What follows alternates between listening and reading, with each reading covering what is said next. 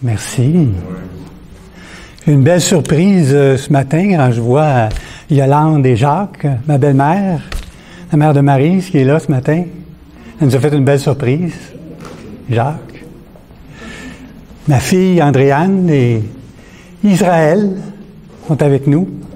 Alors, on est vraiment content d'être ici ce matin, puis je suis vraiment privilégié, je me sens vraiment privilégié d'avoir que les anciens de l'Église m'ont donné cette opportunité d'apporter la parole le jour de l'Action de grâce, une fête que l'on veut chrétienne, où on veut se rappeler des bienfaits que Dieu nous donne. Et d'ailleurs, le titre du message de ce matin, c'est « Célébrons la gloire de sa grâce » en ce jour d'Action de grâce.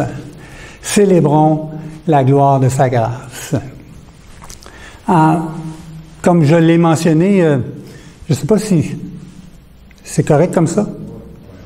Comme je l'ai mentionné dans le groupe privé, j'ai mis un petit texte et je vais le répéter ici. Le monde est en flammes, les changements climatiques, le racisme systémique ou non, la confusion des mœurs sexuelles, au milieu de toutes les tensions que génère ce chaos, le christianisme propose-t-il une solution?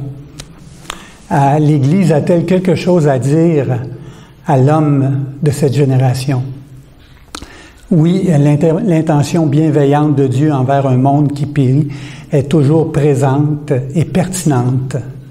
Dieu, par son Église, offre sa grâce imméritée aux femmes et aux hommes de notre temps. L'Église étant l'objet de la grâce de Dieu. Et cela avant même que l'univers existe. On va voir ça un peu plus tard dans cette étude. De quelle manière pouvons-nous célébrer cette grâce infinie? Parce que c'est ce qu'on veut faire ce matin. Juste s'arrêter et célébrer cette grâce infinie. Le texte de référence que je vais utiliser ce matin, c'est dans Colossiens, chapitre 1, si vous voulez suivre avec vos Bibles ou vos téléphones cellulaires au choix. C'est Colossiens, chapitre 1, le verset 27 et 29. C'est un texte qui nous parle d'un secret qui est caché depuis le début des temps. Un mystère que personne ne connaît, qui est dévoilé au moment où Paul écrit ces lettres. C'est cette lettre à Colosse. C'est un texte qui parle de l'union mystique que le croyant ou l'Église a avec la personne de Jésus-Christ.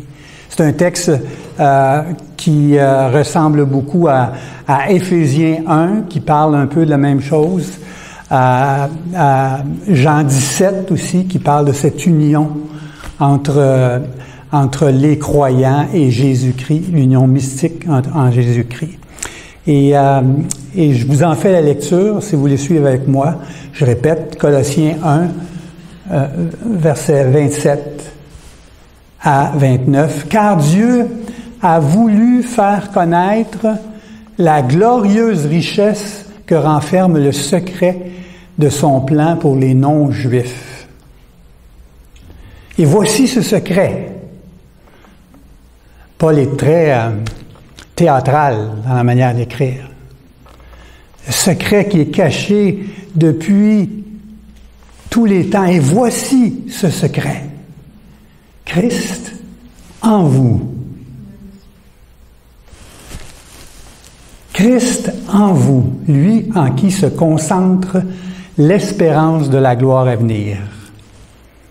C'est ce Christ que nous, ici, à l'Église en chemin, c'est lui que nous annonçons, en avertissant et en enseignant tout homme avec toute la sagesse possible, afin de faire paraître devant Dieu tout homme devenu à l'état d'adulte dans son union avec le Christ. Ça se peut que je rajoute quelques mots qui ne sont pas marqués dans la Bible, là. Mais ça garde le sens. Voilà pourquoi moi, Paul, je travaille. C'est la raison pour laquelle je suis ici ce matin, moi. Je combats par la force du Christ qui agit puissamment en moi.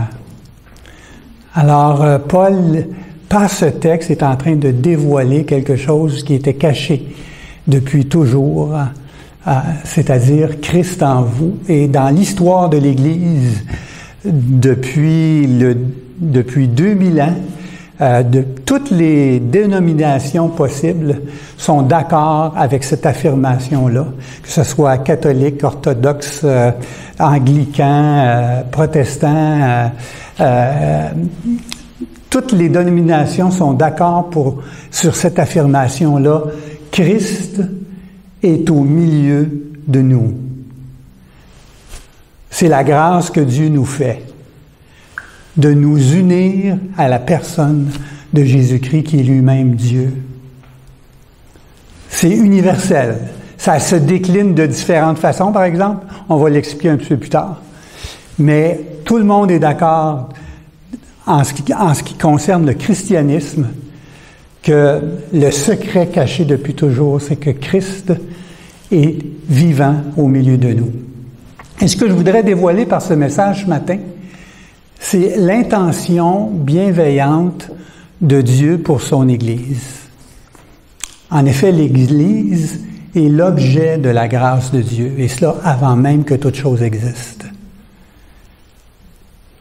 Nous explorons aussi ce matin les moyens par lesquels la grâce de Dieu se déploie dans l'Église. De quelle façon ça se déploie, cette grâce-là? Et on va jeter un regard, finalement, sur l'effet que la grâce a dans chaque individu, chaque membre de ce corps qui est l'Église. Alors, prions que cette parole puisse, par le Saint-Esprit, pénétrer dans nos cœurs qui sont assoiffés, qui ont besoin d'être nourris, qui ont soif de cette nourriture, et qu'elle puisse mourir en nous-mêmes et puis renaître dans une même plante, une même nature que celle de Jésus-Christ, notre bien-aimé Sauveur. Amen. L'objet de la grâce, l'Église, l'objet de la grâce. Comme je viens de le mentionner, l'objet de la grâce de Dieu, c'est qu'il nous a unis avec son Fils Jésus-Christ. L'intention est bienveillante envers l'Église et elle se manifeste en révélant le secret de son plan aux non-juifs. L'intention de Dieu, c'est de faire connaître le secret de son plan pour l'Église, particulièrement l'Église qui est non-juive. Quand Paul écrit à l'Église de Colosse, il n'a jamais été à l'Église de Colosse lui-même, il est en prison à cause de l'Évangile à Rome, et puis un homme qui a étudié quand Paul enseignait à Éphèse, qui s'appelle Épaphras, lui, après avoir reçu l'enseignement de Paul, est allé à Colosse, a annoncé l'Évangile à Colosse, et quand il est, après un certain temps, l'Église de Colosse a commencé à avoir des difficultés parce qu'il y a des Juifs qui sont arrivés de Jérusalem, puis ont commencé à intimider les gens de l'Église de Colosse en leur disant vous pouvez pas, vous autres, avoir part à Dieu, parce que la présence de Dieu, le Shekinah, c'est dans le temple. Ça appartient aux Juifs. Et il y avait cette intimidation-là qui était là, puis il voulait les forcer à se faire circoncire, puis tout ça. Puis là, Paul, il a écrit une lettre à ces gens-là pour leur dire « Hey, Christ est en vous, les non-juifs. » Lui-même, Paul, un juif, il dit « Wow, les juifs! Christ est en vous. Christ est en nous, ici. » Pas d'intimidation. Il a fait la même chose avec Éphèse aussi, une église qu'il connaissait bien. Il a écrit une lettre, dans la première partie de sa lettre, Il dit, béni soit Dieu le Père de notre Seigneur Jésus-Christ, qui nous a comblés de toute bénédiction en esprit dans les lieux célestes en raison de notre union avec Jésus-Christ. Il s'adresse à l'Église d'Éphèse. En lui, dit-il, bien avant d'avoir posé les fondements de l'univers, il nous avait choisis pour être saints et irréprochables devant lui. Puisqu'il vous a aimé, il vous a, j'ai un blanc, il a voulu que vous soyez ses enfants, qu'il allait adopter en la personne de Jésus-Christ. Voilà ce que Dieu a voulu pour nous, afin que nous célébrions la gloire de sa grâce. Ce que je viens de vous dire, c'est que Dieu, puis le secret qui est dévoilé là, c'est que Dieu, bien avant la fondation du monde, avait déjà décrété un décret. Vous savez ce que c'est, un décret? Le gouvernement en fait plusieurs de ce temps-là. Et quand on a une autorité en pouvoir, bon, on décide que, là, c'est par la vaccination, tout le monde qui doivent se faire vacciner avant telle date, et c'est qu'on prévoit quelque chose à l'avance qui va se produire, puis on le fait arriver en raison de notre pouvoir. Et Jésus est Dieu, avant même de créer l'univers, tout ce qui est là, lui avait décrété, là, à ce moment-là, que ce qui se passe ici, ce soir, cet après-midi, était pour arriver. Que l'Église, parce que lui, il avait décrété dans son intention première d'avoir un temps de communion avec des gens avec qui il pourrait être en relation, qui sont saints et sans reproche. Et ça, c'est bien avant d'avoir créé Adam et Ève, là. Le conseil de Dieu, qui est composé de Dieu, le Père, Jésus-Christ, le Fils et le Saint-Esprit, avant même de créer l'univers, ont décidé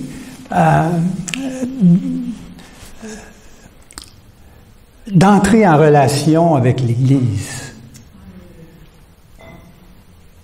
Quand Dieu dit « faisons », c'est-à-dire quand Jésus, le Saint-Esprit et Dieu disent au pluriel, faisons l'homme à notre image, à notre ressemblance, c'est faisons un être avec lequel on va pouvoir partager cet amour que nous avons ensemble l'un pour l'autre et que nous allons pouvoir avoir partagé cette communion avec un être. Et d'ailleurs, ce qui est arrivé avec Adam et Ève quand ils ont été créés, sans péché, avec cette capacité d'entrer en relation avec Dieu. D'ailleurs, on lit même dans Genèse, dans les premiers chapitres de Genèse, que Dieu entrait en relation vers le soir. Il allait jaser avec Adam en prenant une marche sur le bord du jardin. Il y avait cette relation qui était possible entre l'homme et Dieu. Voilà ce qui avait été prévu d'avance, mais il est arrivé la chute. Et ça n'a pas empêché Dieu de continuer à faire avancer son plan secret, qui est d'entrer en relation avec l'homme. Bien avant d'avoir posé les fondations du monde, bien avant d'avoir posé le premier atome de lumière, bien alors que le chaos existait, alors qu'il n'y avait pas de temps, il n'y avait pas de soir ni de matin, bien avant qu'il y ait une vie biologique, pas de plantes, rien, pas d'animal, pas d'oiseaux, pas de troupeaux, pas d'humanité, pas d'Adam, pas de Ève, rien. Les premiers versets de Genèse, ça dit, qu'est-ce qu'il y a là? Le vide. à rien. Lui, il avait nous en tête, dans l'intention de Dieu. Il nous avait destinés d'avance à être saints et sans reproche en Christ, au travers de la personne de Christ. Il a voulu nous adopter. Christ est le simple objet de l'affection divine qu'on comprend dans ce décret-là. Le témoignage des Écritures dans Jean 17 nous dévoile que la gloire de Christ était auprès du Père bien avant la création. Il y avait une relation entre eux pleine d'amour, d'affection. Ils faisaient la joie les uns des autres. Cette relation préexistante entre le Père et le Christ déclare une unité de substance entre le Père et le Fils, la même substance divine était ensemble. Il y avait cette relation. Et le témoignage de Dieu à travers des Écritures, quand on regarde les Écritures puis qu'on voit que Jésus s'est fait baptiser, puis à un moment donné, Jean, il voit une colombe là descendre sur lui, puis on entend une voix du ciel qui se fait entendre, puis il dit, « Voici celui-ci, Jean Blanc. » Mon fils bien-aimé à qui j'ai mis toute mon affection. Ah, c'est bon d'entendre ça. J'ai entendu une voix, là. Voici mon... Moi, j'imagine être là, puis à un moment donné, on entend. Hey, voici mon fils bien-aimé, en qui j'ai mis toute ma joie, mon affection, mon amour. Puis là, un peu plus tard, quand ils sont sur la montagne avec Élie, puis Moïse, puis une espèce d'apparition extraordinaire, puis là, Pierre et Jacques et Jean sont là, puis Jean, il veut construire des tentes, là, pour... il veut rester là, parce que c'est tellement le fun. Tout d'un coup, on entend cette voix-là qui dit, « Voici mon fils bien-aimé, en qui j'ai mis toute mon affection. » Quel contraste avec le « à rien » puis toute son affection à la personne de Dieu. L'intention de Dieu dans cette portion des Écritures est clairement formulée. Faire connaître le secret de son plan pour les non-juifs. Dieu, en accord avec son conseil, composé du Père, du Fils et du Saint-Esprit, ont délibéré et par un acte de volonté, ont décrété l'existence de l'Église bien avant de poser les fondations du monde. Imaginez toute la beauté de l'univers. Quand on regarde ça dans cette perspective-là, c'est juste accessoire. C'est comme le royaume de Dieu, c'est comme une pièce de théâtre qui est écrite, puis l'univers qui nous entoure, c'est juste le décor dans lequel ça se déroule. Cette semaine, on a visité avec Israël des parties du Québec. On est allé au Mont-Tremblant pour nous monter dans une télécabine. Puis on est arrivé en haut, puis les couleurs, puis les lacs, puis on regardait ça, là, tu sais, puis à un moment donné, Israël, il dit « Wow! » Remember that? Il dit, on dirait que c'est comme si, il dit, je sais que Dieu n'est pas comme ça, là, mais il dit, on dirait que c'est comme si Dieu, il avait pris un paquet d'affaires pour créer le monde, puis qu'il avait donné un petit peu ici, puis il avait donné un petit peu là, puis un petit peu en Afrique, puis un petit peu là, puis la balance, il l'a garoché au Québec. La beauté du monde, mais qui est juste accessoire à l'affection de Dieu qu'il a pour son Église. C'est vraiment extraordinaire. Et il l'a décrété. C'est un décret. Ça veut dire que ça va arriver. Peu importe les inquiétudes qui peuvent être soulevées au travers du monde qui nous entoure, ça va arriver. Qu'est-ce qui va arriver? Dieu a décidé, selon son plan, tout ce qui est dans le ciel, tout ce qui est sur la terre, doit être harmonieusement réuni en Christ. Ça va arriver, ça. C'est en train d'arriver. Ça arrive maintenant, dans notre célébration. Et ça va arriver pour l'éternité. C'est décidé, c'est décrété. On a eu une soirée pas mal émouvante hier, notre famille, parce que on a eu un souper ensemble. Mais comme vous savez, j'ai un fils qui a vécu en Italie, puis bon, ma fille est en Espagne, puis au Mexique. Elle me regarde en voulant dire...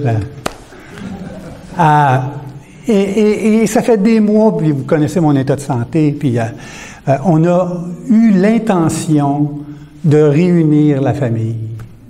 On avait cette intention-là, mais malheureusement, on n'a pas nécessairement tous les pouvoirs pour que ça arrive.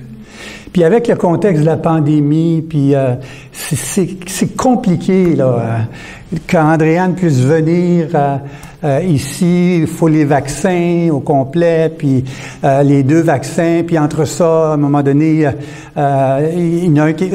Israël a attrapé la COVID, ça retardait le passage. Bon, à la maison, on n'avait pas de place, mais nous, on avait l'intention de réunir la famille, ne serait-ce qu'un seul soir pour un souper, pour être ensemble. Et puis, on a dépensé du temps, on a dépensé de l'argent, on a acheté des billets, on a loué un chalet, tout qu'est-ce qu'on a, on a prié, on a supplié Dieu que puisse ça arriver. Et puis, mais j'ai pas de contrôle. Puis Dieu, hier soir, le fait arriver. On était là autour de la table, puis on va envoyer des photos, je pense. Puis c'était juste béni. Juste... excusez. C'était juste une bénédiction d'être ensemble.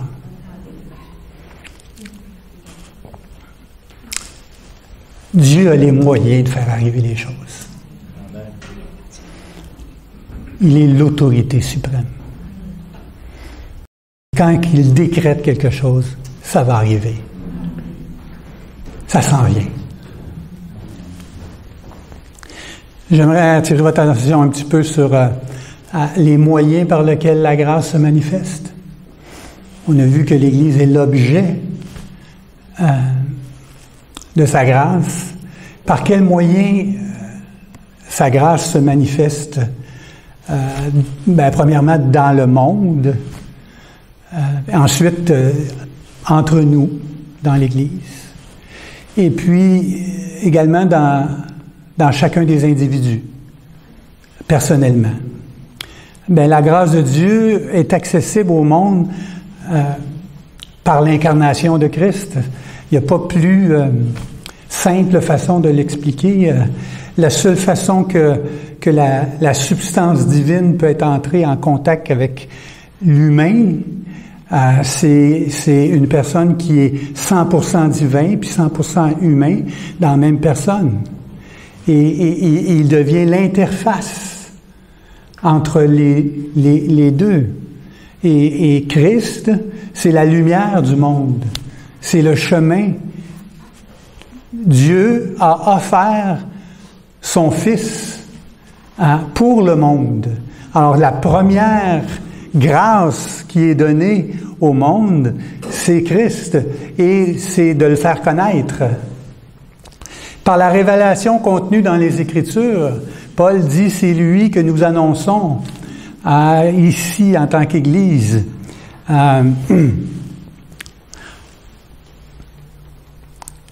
Moi-même, en tant que pasteur, j'ai pas vraiment d'autre chose à dire que Jésus-Christ. C'est Christ qui sauve, c'est lui qui nous transforme.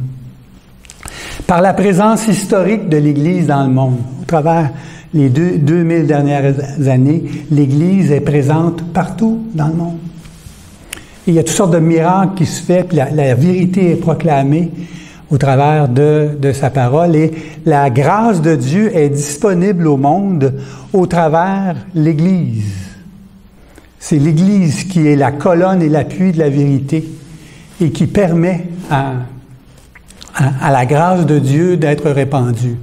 C'est en célébrant l'action de grâce comme on le fait, en invitant des gens à être en contact avec cette parole de vérité, que le monde peut entrer en contact avec cette glorieuse vérité qui est décrétée qu'un jour on va passer l'éternité en sa présence.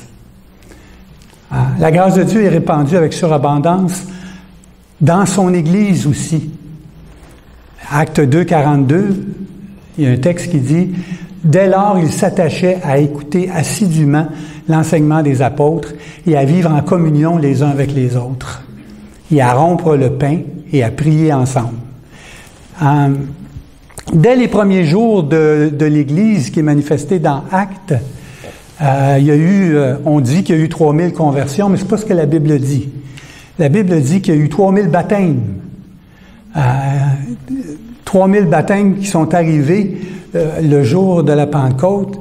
Et là, à partir de ce moment-là, il y a tout de suite une façon de vivre ensemble là, qui s'est automatiquement installée, une espèce de liturgie. Vous savez ce que c'est une liturgie? C'est un ensemble de cultes publics, des rites, des prières, des chants rendus à Dieu par l'Église, qui est reconnu par les autorités compétentes comme les anciens dans l'Église. On a besoin d'une liturgie. Ici, à l'Église, ça paraît peut-être pas à l'Église en chemin, mais on a une liturgie. C'est-à-dire, on commence toujours la réunion avec Michel Bougie qui fait une prière pastorale au début, puis qui fait une invitation, puis on a des chants de louange où la parole de Dieu est proclamée, hein. Puis ça, je le répète souvent, hein, la parole de Dieu est proclamée dans notre chant de louange. Et c'est d'ailleurs probablement, comme je le dis souvent, moi, il y a des chants qui m'ont supporté dans ma vie, que je me rappelle, ça fait 40 ans que je chante, qui m'encouragent, mais j'ai oublié la plupart des prédications que j'ai entendues. Mais la parole de Dieu est présente dans nos cultes grâce à cette louange, à cette adoration-là. Dieu se rend présent pour son Église et distribue sa grâce au travers de sa parole, par les chants, la lecture biblique incluse dans la prédication, mais dans d'autres cérémonies, dans d'autres églises, ils vont avoir une lecture biblique, soit un psaume ou quoi que ce soit, et il va y avoir une lecture avant la prédication. Mais nous, avant la prédication, habituellement, on a une prière, on a une lecture d'un texte comme j'ai fait tantôt, on a une prédication, ce qu'à l'Église catholique on va appeler une homélie. On a une prière de fermeture, on a une adoration post-prédication qu'on fait à chaque dimanche. Après la prédication, il y a des chants. Alors ça, toutes ces choses-là, ce sont des choses qui sont bien, qui sont là, qui sont installées, qui nous rassurent et qui nous permettent de recevoir la grâce de Dieu. C'est notre liturgie, c'est notre façon d'être. Aussi, on a une période de discussion dans l'esprit ou une discussion spirituelle en rapport à ce que il a été prêché. Parce que c'est vraiment important. C'est Augustin qui disait que la parole de Dieu n'existe que dans le Amen. Je ne sais pas si vous me suivez, là. La parole de Dieu n'existe que dans le Amen du cœur qui la reçoit.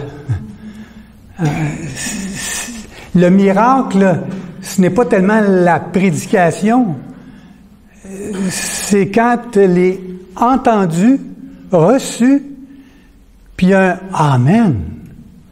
Il y a une reconnaissance. Il y a une œuvre du Saint-Esprit qui s'ajoute, qui s'accomplit dans le cœur. L'écoute est l'attitude clé de la Bible. Nul ne peut prétendre être chrétien s'il n'a d'abord entendu le message de vérité. C'est un passage obligé de la foi. C'est un passage obligé.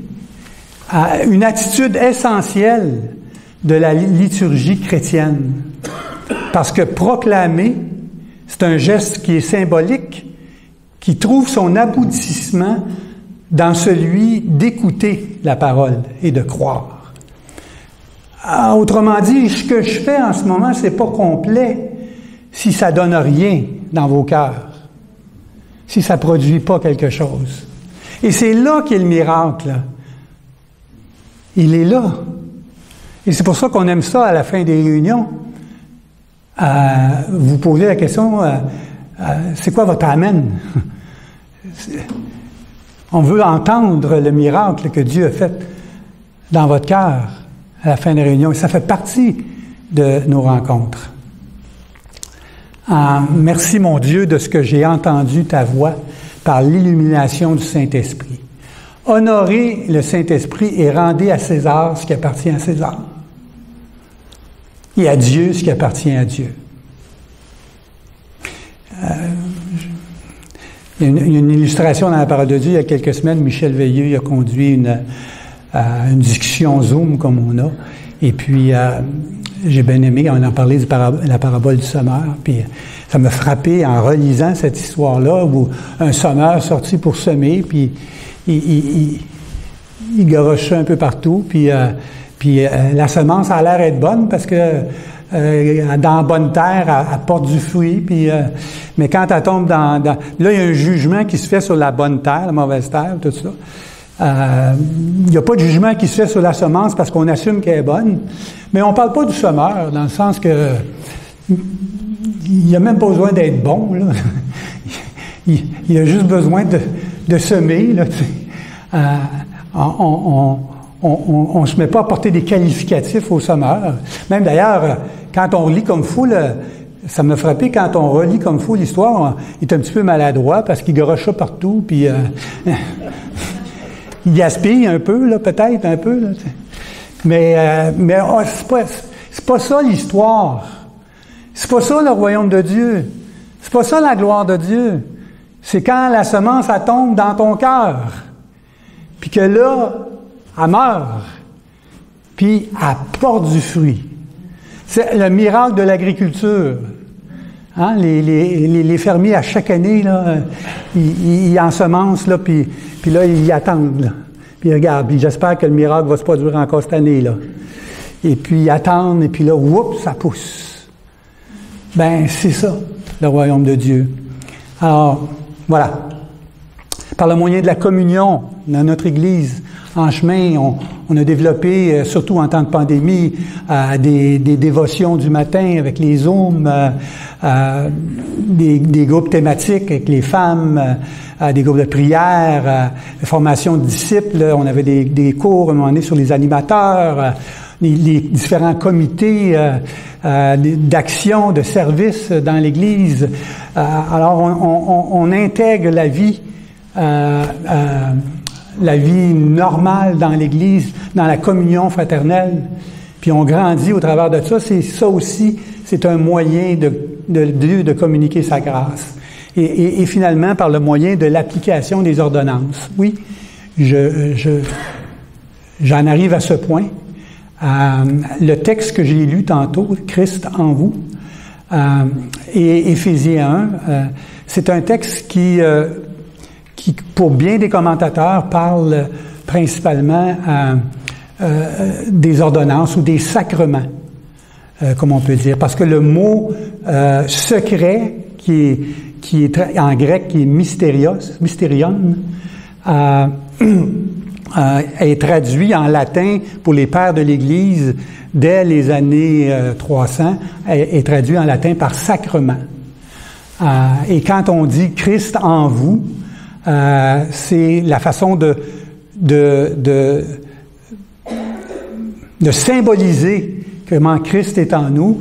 Par l'Église catholique, on parle de l'Eucharistie et Il y a différentes façons. Vous savez, ce Christ en vous-là est partiellement illustré par la Shekinah dans l'Ancien Testament. Cette idée où, quand le peuple se promenait dans le désert, puis il y avait une nuée le jour, et puis la nuit, il y avait comme une lumière au-dessus du tabernacle qui symbolisait que Dieu était présent au milieu d'eux. Et par la suite, quand ils ont une construction du temple, il y a le lieu saint, le saint des saints, un endroit là où il y a un rideau qui est ça d'épais, là, que tu peux pas traverser, que personne peut traverser sauf une fois par année. C'est l'endroit où il y a le propitiatoire, où c'est la présence de Dieu qui est là, la Shekinah, là. C'est très saint, là. Ça, c'est illustré partiellement par cet espace sacré là, qui est là.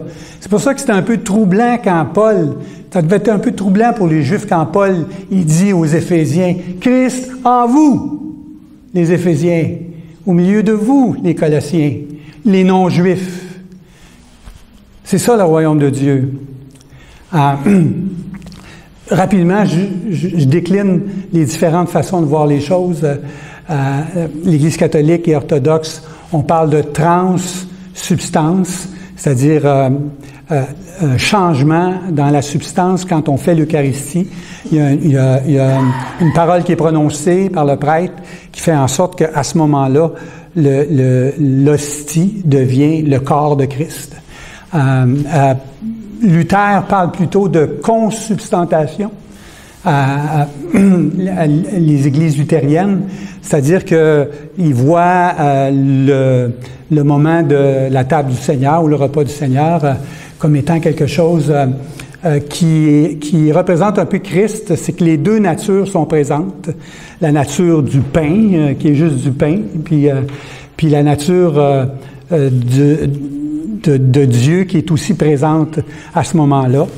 Et puis, plus tard, les réformés, avec Calvin, ont trouvé une autre façon d'expliquer de Christ en vous au travers de l'ordonnance du repas du Seigneur.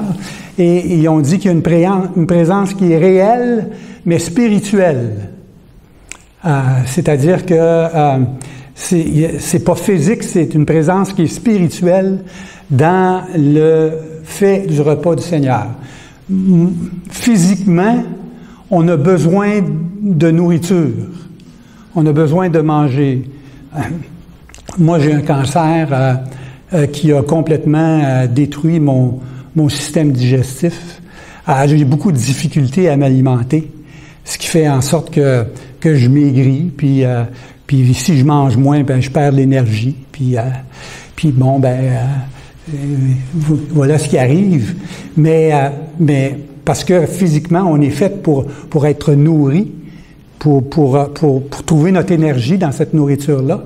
Mais spirituellement, on se nourrit de Christ, du pain de vie qui est Christ.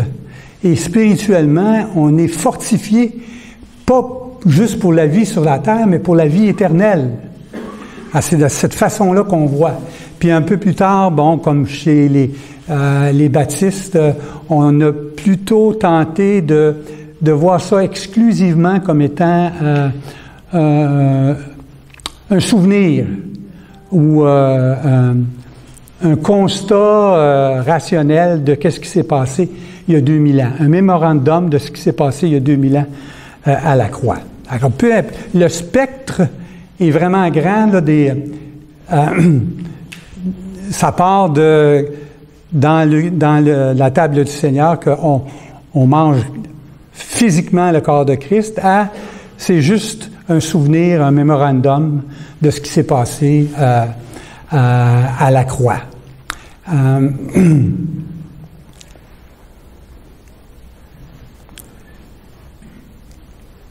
Alors, autrement dit, la question qui est soulevée, que je veux vraiment soulever en terminant ce point-là, c'est est-ce que la table du Seigneur est un moyen par lequel la grâce est distribuée dans l'Église?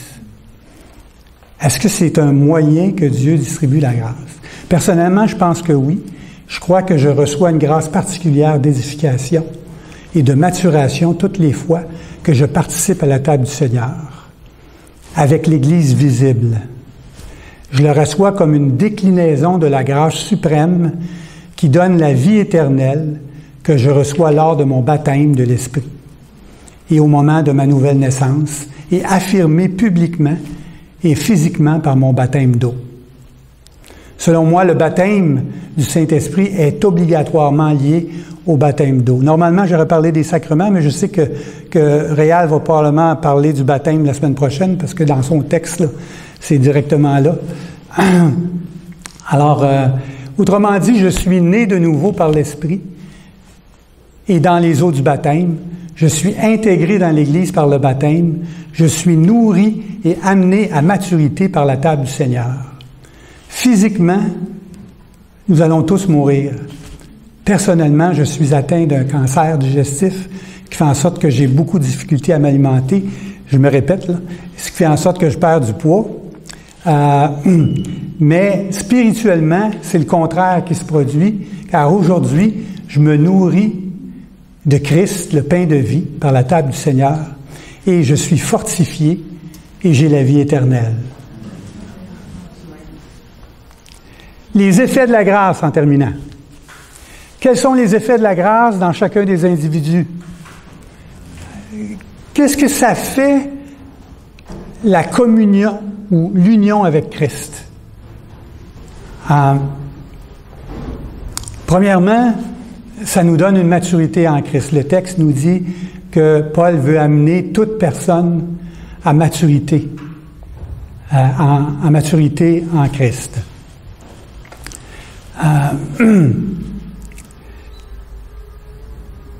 Veut amener toute personne parvenue à l'état d'adulte dans son union avec Christ. Quand on parle de ça, parvenu à l'état d'adulte, nécessairement, on implique un processus, une croissance. On ne devient pas adulte en naissant. C'est en même temps aussi, comme je le dis souvent, c'est bien beau un bébé naissant. C'est charmant, mais un bébé de 50 ans, c'est monstrueux. Il faut qu'il y ait un processus entre les deux. Il faut qu'il y ait un changement. Là. Ça aussi, cette phrase-là indique que nous avons besoin de parents. Alors, dans l'Église, cet exercice-là fait en sorte que on grandit comme des parents. On a des parents qui sont des personnes significatives autour de nous, qui font notre éducation, des gens plus matures dans la foi qui font notre éducation. Aussi, il y a toute cette dimension-là où, d'une façon personnelle, on passe d'un état divisé à un état unifié.